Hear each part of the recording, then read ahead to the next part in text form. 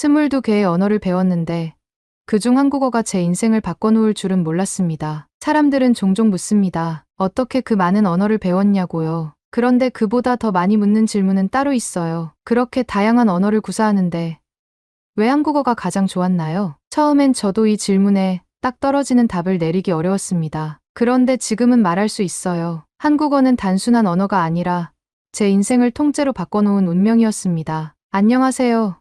저는 로스킹입니다. 캐나다 몬트리올에서 태어나 현재는 밴쿠버에서 살고 있어요. 브리티시 컬럼비아 대학교에서 동아시아 언어문학과 교수로 재직 중이고 평생을 언어와 함께 살아왔습니다. 저는 20살 무렵부터 언어에 흥미를 느끼기 시작했어요. 그 후로 영어, 독일어, 프랑스어, 러시아어, 스페인어, 아랍어, 중국어, 라틴어 등 22개의 언어를 배웠고 그중 8개는 자유롭게 말할 수 있습니다. 언어에 대한 저의 진지한 탐구는 미국 예일대학교에서 본격적으로 시작되었습니다. 그곳에서 저는 언어학과 정치학을 함께 전공하며 단어와 문장 너머에 있는 인간 사고와 사회 구조에 대해 고민하기 시작했어요. 언어는 단순한 도구가 아니라 한 사회의 문화를 비추는 거울이라는 사실을 깨닫게 된 것이죠. 이러한 깨달음은 저를 더 깊은 연구로 이끌었고 결국 저는 하버드 대학교 대학원에서 한국어를 주제로 박사학위를 받게 되었습니다. 잠깐 여러분 그거 아세요? 여러분의 구독, 좋아요, 알림 설정은 저에게 가장 큰 힘이 됩니다. 클릭 한 번으로 제게 큰 힘을 주시길 바라요. 하버드에서의 연구는 저에게 완전히 새로운 세계를 열어주었습니다. 한국어라는 언어가 어떻게 형성되었고 어떤 문화적 맥락 속에서 사용되어 왔는지를 분석하며 저는 한글의 과학성과 한국인의 사고방식을 더욱 깊이 이해할 수 있었습니다. 이 과정에서 저는 단순히 언어를 배우는 사람에서 언어를 통해 문화를 읽고 전달하는 연구자로 성장할 수 있었습니다. 언어를 배울 때마다 새로운 문화를 만나는 기분이었어요. 마치 낯선 나라의 문을 열고 들어가 사람들과 직접 대화를 나누는 느낌. 하지만 한국어를 만난 건 정말 예상치 못한 방식이었습니다. 그 시작은 지금 생각해도 아주 특별했어요. 그날도 평소처럼 예일대학교 도서관 근처의 작은 카페에 들렀습니다. 중국어 수업을 마친 후였고 노트북을 켜고 복습을 하려고 했죠. 그런데 제 맞은편 테이블에 앉은 한 여학생이 무언가를 열심히 쓰고 있었어요. 저는 처음에 그게 일본어인가 싶었어요. 그런데 이상했습니다. 글자가 너무 정갈하면서도 부드럽고 형태가 마치 디자인된 것처럼 예뻤거든요. 슬쩍 다가가서 물었어요. 저기, 무슨 글씨예요? 그녀는 활짝 웃으며 말했습니다. 한글이에요. 한국어 알파벳이에요. 그 한마디에 저는 뭐랄까, 가슴이 쿵 내려앉는 느낌이었어요. 그리고 말했죠. 이 글자, 너무 아름다워요. 저도 배우고 싶어요. 그날 밤, 기숙사에 돌아오자마자 한국어 관련 자료를 찾아봤습니다. 한글의 구조와 창제 원리를 설명한 글을 읽고 충격을 받았어요. 소리의 원리를 바탕으로 만든 문자라는 사실, 자음이 입 모양과 발음기관의 모양을 본떠 만들어졌다는 점, 심지어 세종대왕이라는 위대한 인물이 국민을 위해 창제했다는 이야기까지. 어떻게 이렇게 과학적이면서도 따뜻한 정신이 담긴 문자가 존재할 수 있죠? 저는 바로 다음 날 캠퍼스 주변의 언어학원인 명도어학원에 등록했습니다. 거기서 한국어를 집중적으로 2달간 배웠어요. 수업은 쉽지 않았어요. 한국어는 영어와 어순이 다르고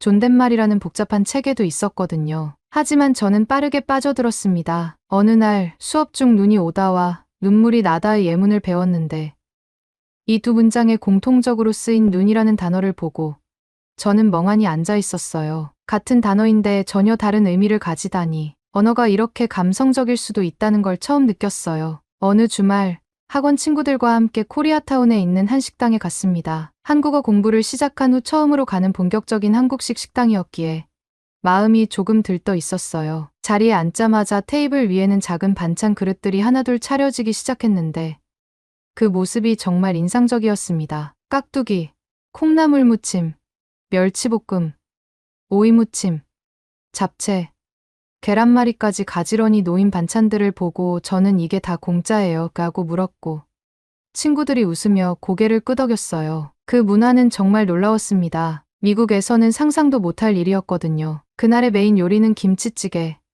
비빔밥, 불고기였는데 그 외에도 친구들이 추천해준 감자전과 갈비찜, 순두부찌개도 함께 시켰어요. 김치찌개는 얼큰하면서도 깊은 맛이 났고 안에 들어있는 돼지고기와 두부, 양파가 입안에서 부드럽게 어우러졌어요. 비빔밥은 알록달록한 나물들과 고소한 참기름 향이 어우러져 보는 것만으로도 군침이 돌았고, 숟가락으로 고추장을 넣고 쓱쓱 비빌 때의 그 소리가 아직도 기억에 생생합니다. 불고기는 단짠단짠한 양념이 고기에 잘 배어 있었고, 함께 나온 상추에 싸서 먹을 때 그 조화가 정말 놀라웠어요. 특히 감자전은 처음 먹어보는 음식이었는데, 겉은 바삭하고 속은 쫀득쫀득한 식감이 독특했고, 간장에 살짝 찍어 먹는 그 맛이 너무 좋아서 몇 번이나 리필을 부탁했어요. 순두부찌개는 보기에는 엄청 매울 것 같았지만, 막상 한 입 먹어보니 부드러운 순두부와 바지락, 계란이 어우러진 맛이 아주 포근하게 느껴졌습니다. 맵고 자극적인 맛이 아니라 속이 따뜻해지는 맛이었어요. 그리고 마지막에 나온 갈비찜은 말 그대로 감동이었습니다. 부드럽게 익은 갈비가 숟가락으로도 쉽게 떨어질 정도였고,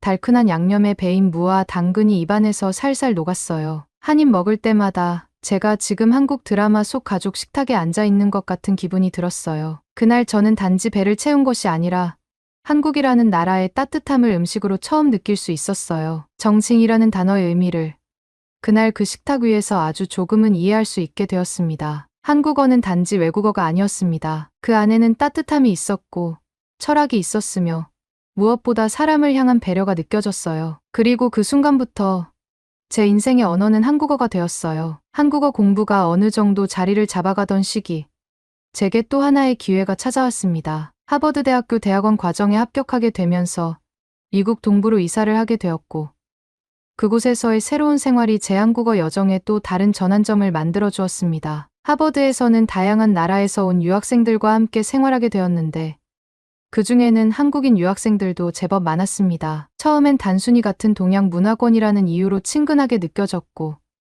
자연스럽게 그들과 어울리며 한국어를 더 많이 쓸 기회가 생겼어요. 기숙사 생활은 예상보다 훨씬 활기찼습니다. 특히 공용 주방은 저희가 자주 모이는 장소였는데, 어느 날 밤 라면 끓이는 냄새에 이끌려 주방으로 나갔더니 한국인 유학생 몇 명이 삼겹살을 굽고 있더라고요. 그 옆에는 김치찌개가 보글보글 끓고 있었고, 저는 구경만 하려다 자연스럽게 자리에 앉게 되었습니다. 그날 처음으로 한국 스타일의 회식 문화를 경험했어요. 각자 돌아가며 한마디씩 건배사를 하고 술잔을 돌리며 나누는 정겨운 분위기가 너무 인상 깊었어요. 저도 어설프게나마 한국어로 오늘 너무 맛있어요. 감사합니다라고 말했더니 모두가 환하게 웃으며 저를 환영해 주었죠. 이런 경험을 반복하면서 제 안에 있던 언어에 대한 흥미는 점점 문화에 대한 애정으로 바뀌었습니다. 그 중에서도 가장 기억에 남는 건 어느 겨울밤의 일이었어요. 눈이 펑펑 내리는 날, 한국인 친구 하나가 진짜 한국 눈은 이거보다 훨씬 예뻐요. 다음에 꼭 같이 가요라고 말해준 적이 있어요. 그 말이 계속 마음에 남았고, 결국 저는 그 친구의 추천으로 다음해 여름, 처음으로 한국 땅을 밟게 되었습니다. 처음 인천공항에 내렸을 때 너무나 깔끔하고 정돈된 시설에 놀랐어요. 공항은 그 나라의 첫인상이잖아요. 그런데 그 첫인상이 너무 좋아서 기분부터가 좋아졌습니다. 공항 철도와 고속버스를 타고 서울 시내로 이동하면서 창밖 풍경을 바라봤는데 깔끔한 거리와 질서정연한 교통체계에 또 한 번 감탄했어요. 서울에 도착한 다음 날 아침, 제가 제일 먼저 한 일은 무작정 지하철을 타고 돌아다니는 것이었어요. 노선을 따라 여기저기 내려보기도 하고 시장이나 공원에 들러 구경도 했습니다. 무엇보다 감동적이었던 건 사람들의 친절함이었습니다. 지도를 들고 헤매고 있을 때 한 아주머니가 다가와 어디 가세요? 라고 물어봐 주셨고, 제가 발음이 어색한 한국어로 설명을 하자 직접 목적지까지 데려다 주셨어요. 그분이 손수 건네준 뜨거운 호빵 하나 덕분에 그날은 진짜 마음까지 따뜻해졌습니다. 또한 서울 한복판에 있으면서도 공원이 많고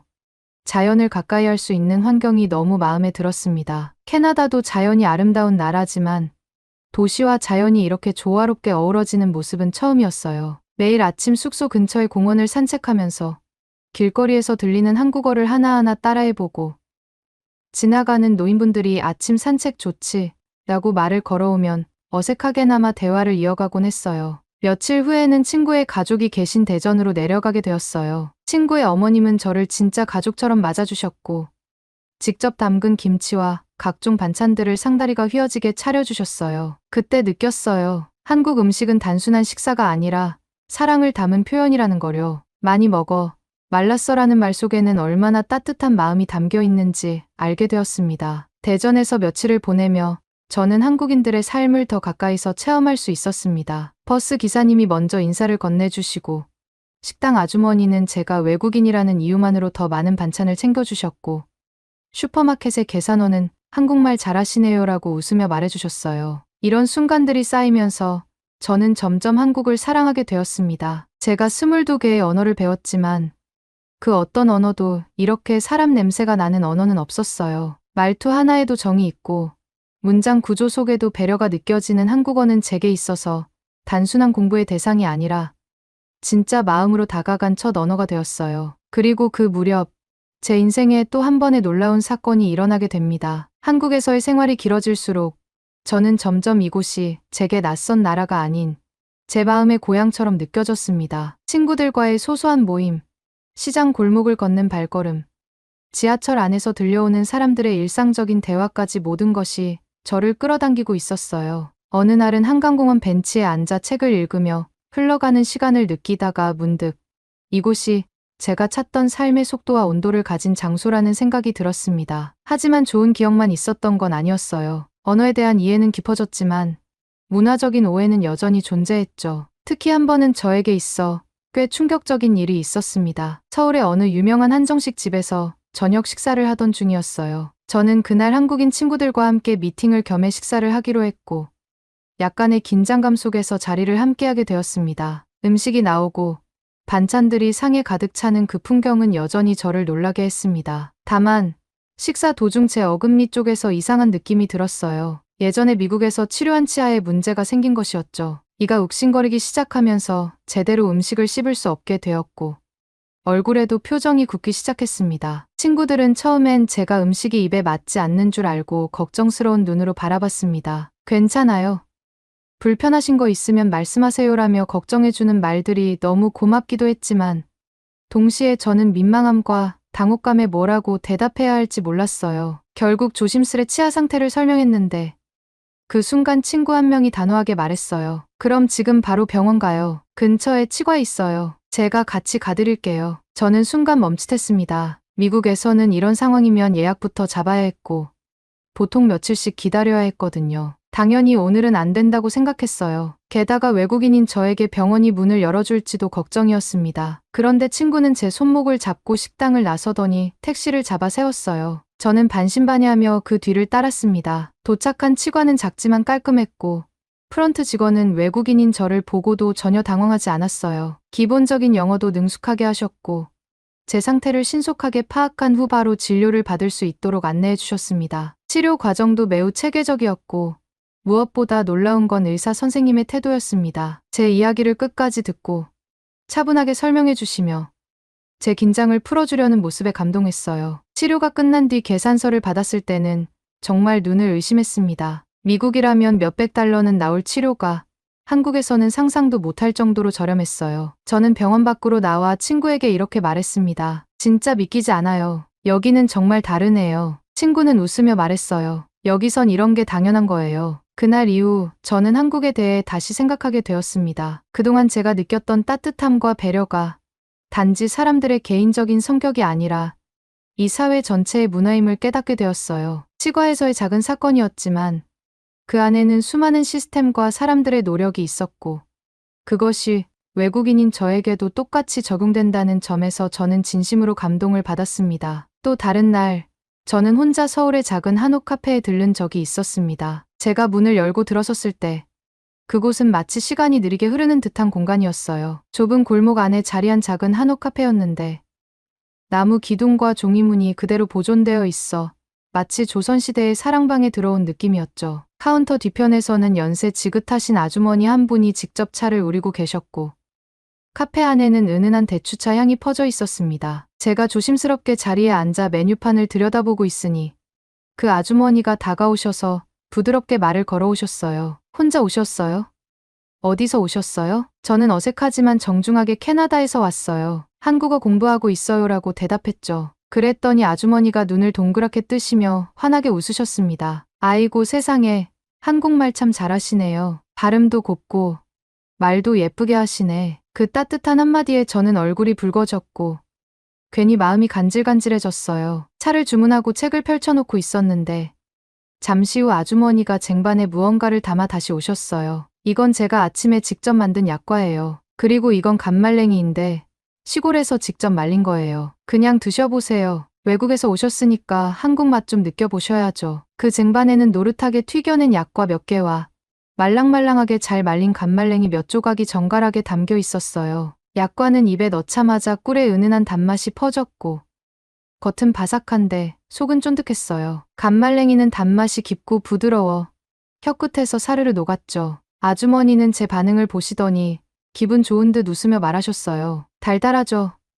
외국 분들도 이 맛 좋아하시더라고요. 혼자 한국 여행 오셨으면 힘든 일도 있으실 텐데 여기선 편히 쉬다 가세요. 그 말이 너무 따뜻해서 순간 울컥할 뻔했어요. 낯선 나라에서 건네받은 다정한 한마디와 정성 가득한 간식 한 접시. 그건 단순한 서비스가 아니라 마음에서 우러나오는 환대였어요. 그 순간 저는 알 수 있었습니다. 한국어를 통해 제가 배운 것은 단지 말이 아니었어요. 그 언어 속에 담긴 문화, 그 문화를 이루는 사람들의 따뜻한 마음. 그것이야말로 진짜 제가 한국어를 사랑하게 된 이유였어요. 언어는 단지 소통의 도구가 아니라 문화를 이해하고 사람의 마음을 느낄 수 있는 통로라는 걸 한국에서의 경험을 통해 절실히 느끼게 되었습니다. 20개가 넘는 언어를 배워왔지만 한국어처럼 제 마음 깊숙이 닿은 언어는 없었습니다. 그리고 어느 날 저는 결심하게 됩니다. 단지 언어학자로서 한국어를 연구하는 것이 아니라 더 많은 사람들에게 이 언어의 아름다움과 깊이를 알리고 싶다는 꿈을 품게 된 것이죠. 한국에서의 시간들이 쌓여가며 저는 단순히 한국어를 배우는 외국인이 아니라 한국이라는 나라와 인연이 깊어진 한 사람으로서 새로운 인생을 살아가고 있다는 걸 느꼈습니다. 어느 순간부터는 한국어를 사용하지 않으면 마음이 제대로 전달되지 않는 기분까지 들었고 한국에서 있었던 일들을 회상할 때마다 자연스럽게 한국어로 생각하게 되었어요. 그 무렵 제 마음속에 하나의 질문이 자주 떠올랐습니다. 이렇게 좋은 언어, 이렇게 따뜻한 문화를 왜 더 많은 사람들이 모르고 있을까? 왜 한국어는 그 가치에 비해 세계에서 덜 알려져 있는 걸까? 그 질문은 곧 하나의 목표로 이어졌고 저는 그해 여름 미국으로 돌아가면서 한 가지 결심을 하게 되었습니다. 한국어의 매력을 더 많은 사람들과 나누고 싶다는, 그리고 한국어를 통해 세상과 한국을 연결하고 싶다는 생각이 제 안에서 아주 단단하게 자리 잡았습니다. 그래서 저는 미국에 돌아오자마자 계획을 세우기 시작했어요. 언어 캠프, 그것도 오직 한국어만을 사용하는 캠프를 만들어 보자는 생각이었습니다. 처음엔 주변에서도 고개를 갸웃했어요. 왜 굳이 한국어냐고, 수요가 많지도 않은데 가능하겠냐는 반응이 많았어요. 하지만 저는 확신이 있었습니다. 제가 한국어를 통해 경험한 감동과 사람들의 따뜻함은 언어라는 벽을 넘을 수 있는 힘이 있었고 그 힘을 믿고 싶었습니다. 준비 과정은 결코 쉽지 않았습니다. 적당한 장소를 찾는 것도, 참가자를 모집하는 것도, 커리큘럼을 짜는 것도 전부 처음 해보는 일이었어요. 그런데 놀랍게도 미국 전역은 물론이고 유럽과 아시아에서도 한국어에 관심이 있는 사람들이 하나둘 모여들기 시작했어요. 그 결과 마침내 2000년 무렵 미국 미네소타주의 한적한 숲속의 호수라는 이름의 한국어 마을이 문을 열게 되었습니다. 이곳은 조금 특별한 방식으로 운영되었습니다. 캠프에 들어오는 순간부터 나갈 때까지 오직 한국어만을 사용해야 했고 식사 시간, 놀이 시간, 수업 시간 모두가 한국식으로 구성되어 있었습니다. 처음에는 당황하는 참가자들도 있었지만 시간이 지날수록 그들은 한국어뿐 아니라 한국의 정서와 문화를 자연스럽게 익혀갔어요. 심지어 비한국계 참가자의 비율이 절반을 훌쩍 넘었고 몇몇 친구들은 캠프를 마치고 나서 한국 유학을 결심하기도 했습니다. 특히 기억에 남는 참가자가 있었어요. 12살 미국 소녀였는데 K-팝을 좋아해서 참가하게 된 아이였습니다. 처음엔 안녕하세요밖에 못하던 아이가 2주가 지나고는 친구들과 한국어로 장난을 치고 선생님에게 선생님 오늘 김밥이 너무 맛있었어요라고 말하는 걸 보며 저는 눈시울이 뜨거워졌습니다. 이 작은 캠프가 누군가에게는 인생의 방향을 바꿔주는 시작점이 될 수도 있겠다는 생각이 들었어요. 그리고 저 자신에게도 숲속의 호수는 단순한 교육 공간이 아니었습니다. 그곳은 제가 한국어를 처음 만났던 순간의 감동을 다시 꺼내볼 수 있는 장소였고 그 감동을 다른 이들과 나누며 함께 성장해 나가는 특별한 공간이었습니다. 매년 여름이 오면 저는 캠프에서 참가자들과 함께 김치 담그는 법을 배우고 태극기를 색칠하며 한글로 편지를 쓰는 시간을 가졌습니다. 그런 시간들이 쌓이면서 저는 단지 언어를 가르치는 사람이 아니라 한국이라는 나라와 세계를 연결해주는 다리 같은 존재가 되어가고 있었어요. 그렇게 한국어와 깊은 인연을 맺어가던 중 저희 인생에 또 하나의 큰 전환점이 찾아왔습니다. 바로 제 아내를 만난 일이었어요. 하버드 대학교에서 기숙사 생활을 하던 어느 날 샤워 후 타월만 둘러쓰고 복도로 나오던 순간 마주친 한 여성이 있었습니다. 머리를 말리며 휴대폰을 보던 그 모습이 어찌나 자연스럽고 편안해 보이던지 순간 시선을 뗄 수 없었어요. 우리는 엘리베이터 앞에서 잠시 이야기를 나누게 되었고 그녀가 서울에서 유학 온 학생이라는 걸 알게 되었죠. 이후 몇 차례 우연처럼 계속 마주치며 서로 인사를 주고받다 같은 한국어학 세미나에 함께 참석하게 되면서 가까워졌어요. 그녀는 제가 한국어를 배우는 진심을 알아봐 주었고 저는 그녀를 통해 한국의 정서를 더 깊이 이해할 수 있었습니다. 언제부턴가 서로의 일상 속에 자연스럽게 스며들었고 함께한 시간들이 쌓이면서 사랑이라는 이름이 붙게 되었어요. 그리고 결국 저는 이 한국어라는 언어를 통해 만난 사람과 인생이라는 길도 함께 걷기로 결심했습니다. 이제 그녀는 제 아내가 되었고 저희 가장 소중한 한국어 선생님이자 인생의 동반자가 되어 주었습니다. 그 사이 제 가족도 한국과 점점 더 가까워졌습니다. 한국인 아내와 함께 한국을 방문할 때면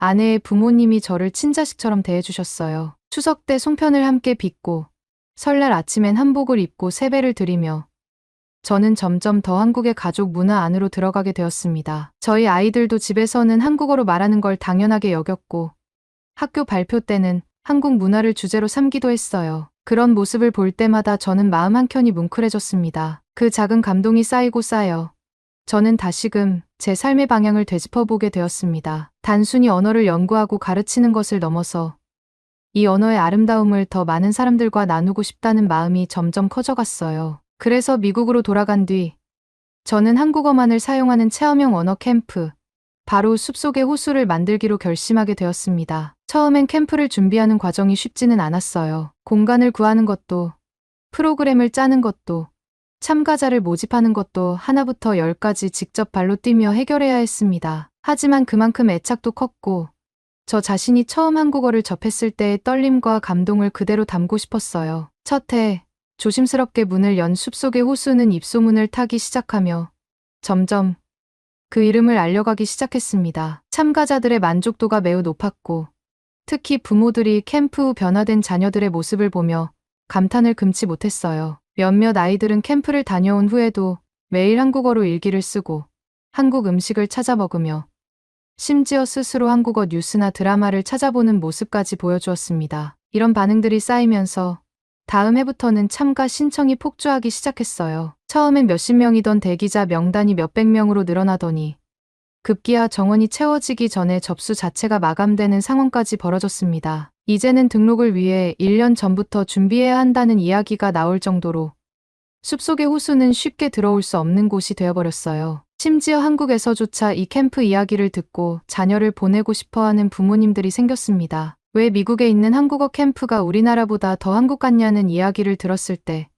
저는 가슴이 벅차올랐어요. 그건 단순히 프로그램이 좋아서가 아니라 그 안에 담긴 진심과 감정, 그리고 한국어에 대한 사랑이 전해졌다는 증거였으니까요. 한 번은 캠프 마지막 날, 한 소년이 제 손을 꼭 잡고 이렇게 말한 적이 있어요. 선생님, 저는 여기 다시 오려고 열심히 한국어 공부할 거예요. 그러니까 꼭 기다려주세요. 그 말이 제 마음에 오래도록 남아 있습니다. 단순한 교육기관이 아니라 누군가의 인생 방향을 바꾸는 공간. 숲속의 호수는 그런 곳이 되었습니다. 그리고 저는 지금도 그 감동을 매년 여름마다 다시 느끼고 있어요. 숲속의 호수 안에서 아이들이 손에 손을 잡고 한글로 노래를 부르고 서로에게 사랑해요라고 말하며 웃는 모습을 볼 때마다 제 삶은 참 잘 선택되었다는 생각이 듭니다. 한국어는 단지 제가 공부한 22개의 언어 중 하나가 아니었습니다. 그건 제 인생을 관통하는 사랑이고 다른 사람들의 삶을 바꾸는 힘이 되었어요. 이 아름다운 언어가 앞으로도 더 많은 사람들의 가슴 속에 닿기를